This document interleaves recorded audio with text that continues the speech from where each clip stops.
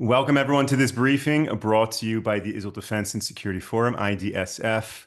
We need to talk today about the Houthis. There was again an attack, an attempted strike on Israel today by the Houthis. Joining me to discuss this issue is an expert, Noa Lazimi from the Miskab Institute. Noa, thank you so much for joining me today. Thank you for having me.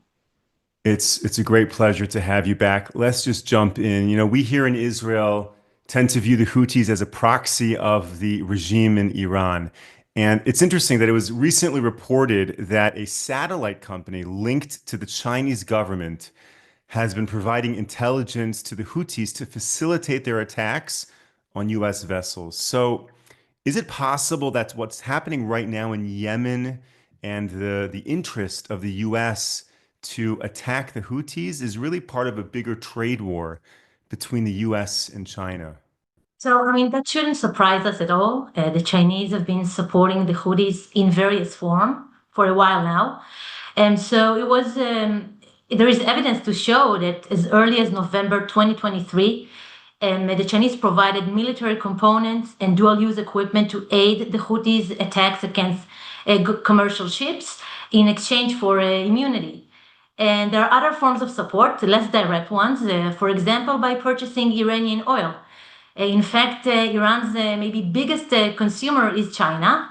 In 2024, more than 90% of oil exports were destined to Beijing. And now the IRGC uses these oil revenues to support the activity of various proxy groups across the region, the Houthis included. So in answer to your question, I wouldn't refer to it as a trade war tactic by China in the traditional sense, but it's absolutely part of the broader geopolitical competition with the US. And there are some financial aspects involved. Obviously, disruption of the global supply chains, and that gives China economic leverage when the Western economies get hurt, while China enjoys this immunity for the most part. But I think even more critically, the Chinese benefit from US investing a lot of resources in the Middle East, in the Yemeni arena, a resource that could have been allocated in the Indo-Pacific region instead. Thank you so much. So, we know, of course, that the U.S. is aggressively striking the Houthis in Yemen. To what extent have these U.S. airstrikes actually debilitated the Houthis? How much infrastructure has been destroyed? How badly are they hurting right now? I think that the current U.S. operation in Yemen marks a positive shift in the U.S. strategy against the Houthis. And I think Trump's objective is twofold. The main goal is to degrade Houthi military capabilities and to force them to cease attacks against commercial ships in the Red Sea. And there is another goal, to pressure their main backer, to pressure Iran, and send a clear message that Tehran will be accountable for Houthi aggression. Now, there have been several steps taken by this administration that show that they take it seriously and they reflect a more aggressive approach. So for one, we've seen the American bombers making their way to Diego Garcia. There was the recent deployment of the second aircraft carrier to the Middle East. And lastly, of course, the very intensive air campaign. Now, just to illustrate the intensity of this air offensive, so we're talking about way more frequent airstrikes, very powerful one. Just last week, it was reported that the US conducted 50 airstrikes in one night, and that's very typical. It's not a one-off. And also, the geographical scope of the strikes is extended to include additional provinces in Yemen. So we see a lot of them in infrastructure. So obviously, we talk about radar systems, weapon and launch sites, fuel ports, bases, shelters, and others. In terms of the numbers of terrorists killed, so there was a report recently published that showed that the U.S. has killed over 500 Houthi fighters. And that's an achievement, but I think we should not delude ourselves that this is a major blow to the terror organization, because our estimations as to the size of the Houthi army or the entire Houthi force, the estimations range between tens of thousands to even a couple of hundred thousands. But still, having said that, their leadership suffer casualties. We're talking mainly about mid-level commanders, and I don't think that was the case in previous U.S. operations.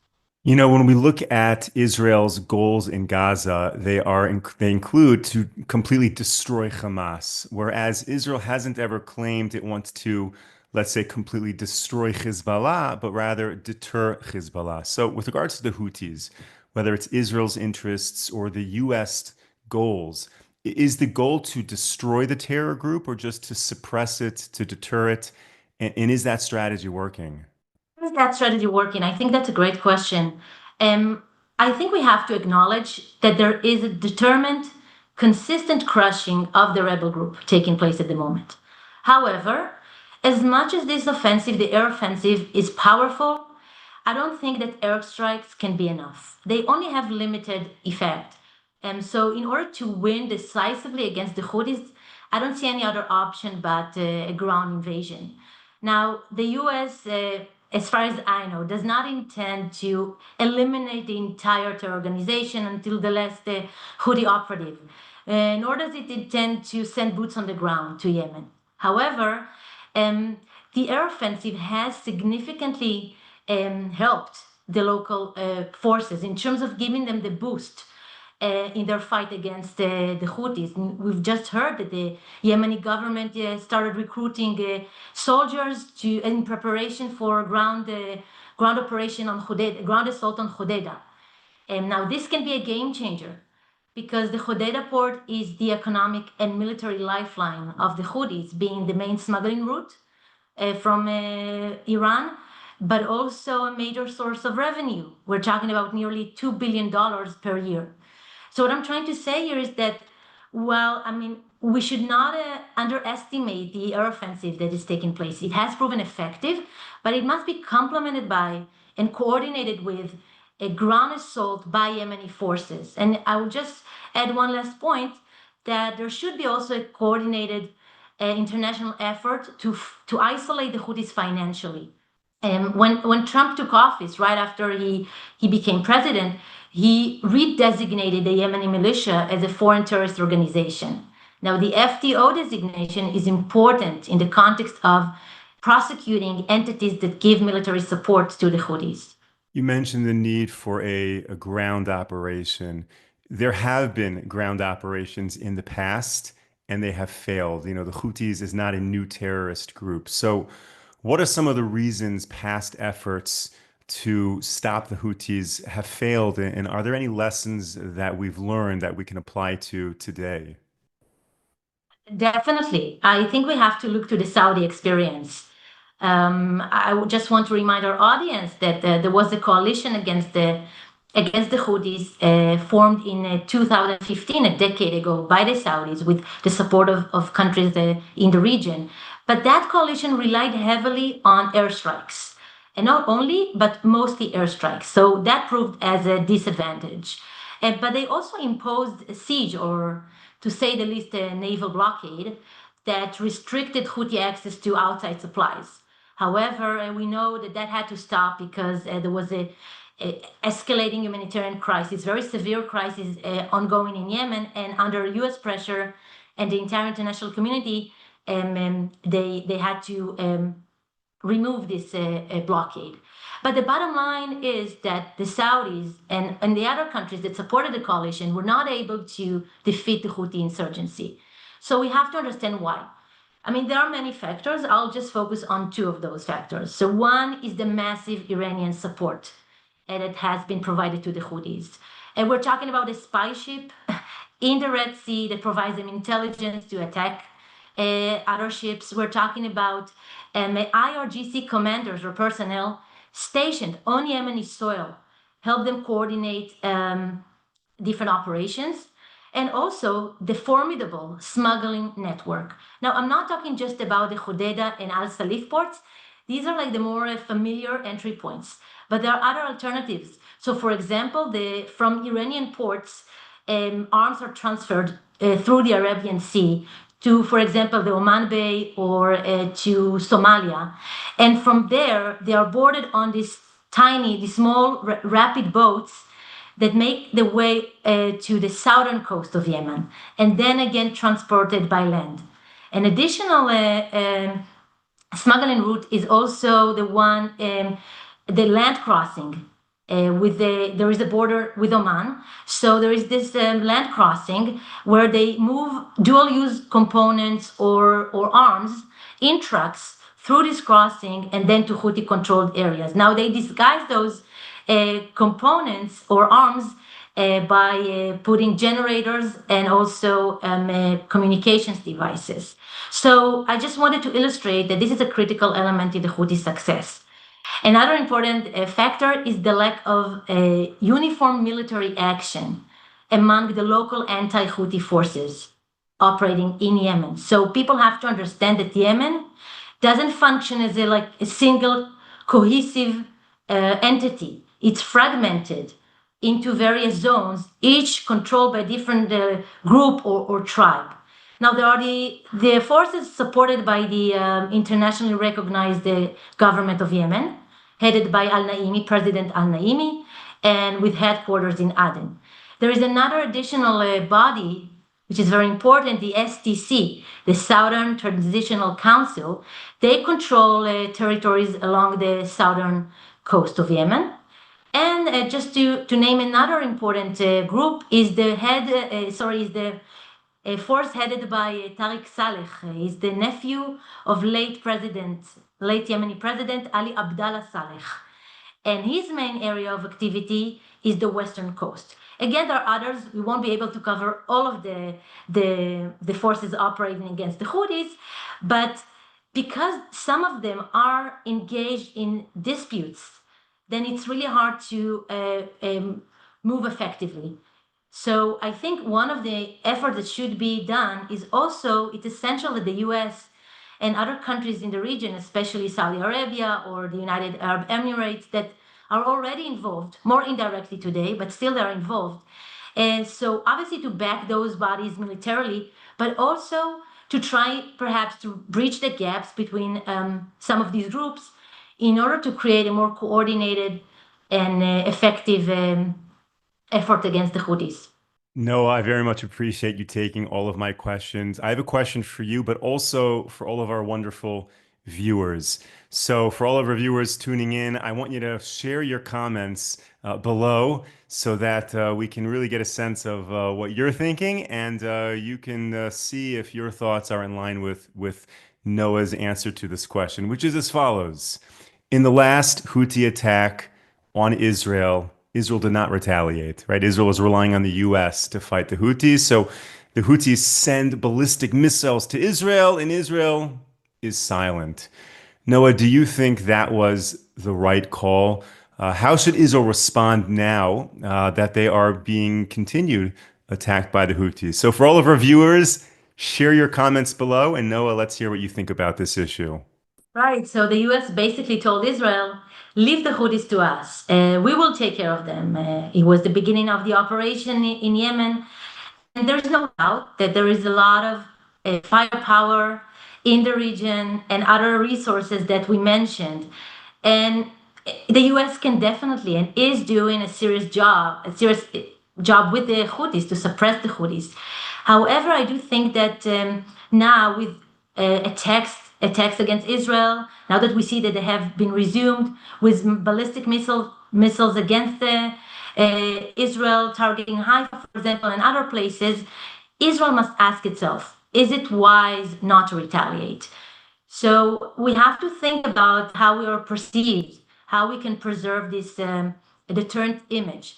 So what I'm saying here is that we should maximize the coordination with the US that's already existent in order to initiate talks as to the possibility of Israel joining perhaps the air offensive, either now in response to the latest developments with the Houthis or in future incidents. And make no mistakes, there will be future incidents. The Houthis are likely to continue this occasional launching of missiles and drones because this is the way they project power both locally and in the region. So locally, it helps them to rally support at home, kind of like deflecting the blame for the dire situation at home to external actor.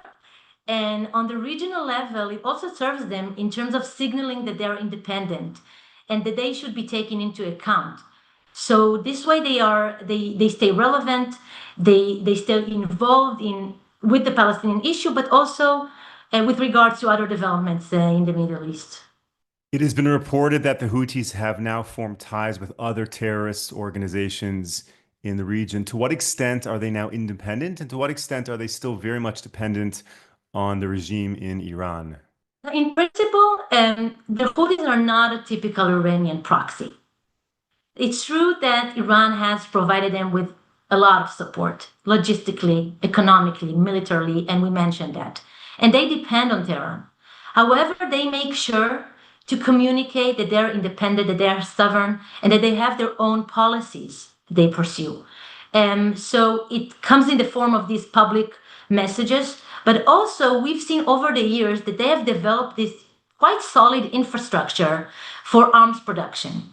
So even if you cut off the smuggling network, which obviously will damage them substantially, but they will survive because they are able now to produce on their own. Now, the partnership with other terror organizations, for example, Al-Shabaab in the Horn of Africa and other organizations, it's part of this effort to diversify the weapon supply and also advance mutual goals. Noah, thank you so much for all of this. Final question. We've learned so much from you, and then you're off the hook. When we look at the big picture of threats in the Middle East, certainly a nuclear Iran is at the top of the list, as well as a continuation of Hamas activities in Gaza, among others. And Israel needs U.S. leadership in the Middle East. And right now, that leadership, at least on the military front, is focused on the Houthis. Is that a good thing? Would it be better for the U.S. to shift their military efforts from the Houthis to Iran or to Gaza? I believe that US leadership is very much present to begin with. And I think that each arena, each front has its own unique obstacles, unique challenges. So if we look at Gaza, for example, I think that a lot of Washington's attention is on reaching a hostage release agreement, but it's Hamas who is repeatedly refusing to such a deal, conditioning any agreement on Israeli full withdrawal from the Gaza Strip and immediate end to the war.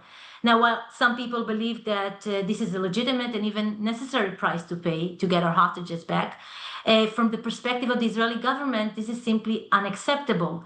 If Israel is constrained in terms of resuming the war afterwards, if in practice it wouldn't be able to go back to fighting, it will leave Hamas in power, and which is a catastrophe in itself.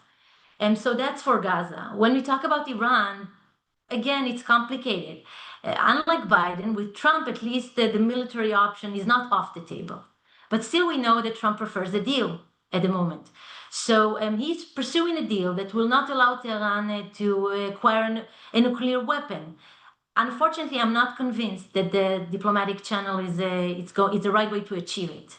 I think the Iranians are simply trying to buy valuable time for their rapidly expanding nuclear program, and at the same time also avoid the activation of the snapback mechanism. So basically, coming to the negotiation table for the Iranians is just a manipulative tactic to advance their goals without really, let's say, willingness to make real concessions. So ultimately, Israel will have to set its red lines in speaking with the administration and see how it can promote, let's say, the Libyan formula, which means that Iran, sorry, will have to dismantle all the nuclear facilities and enrichment sites, chemicals, everything related to the nuclear program. In addition, there is also the idea that there shouldn't be any expiration date to this deal. It's also an important red line. And lastly, in the background, we have to have a credible military threat if progress is not achieved. Noa Lazimi from the Miskav Institute, thank you so much for joining me today. Thank you to all of our viewers and supporters for tuning into this briefing. We will be back with you tomorrow, 10 a.m. Eastern Time, 5 p.m. here in Israel. Until then, stay safe, stay strong. Take care, everyone.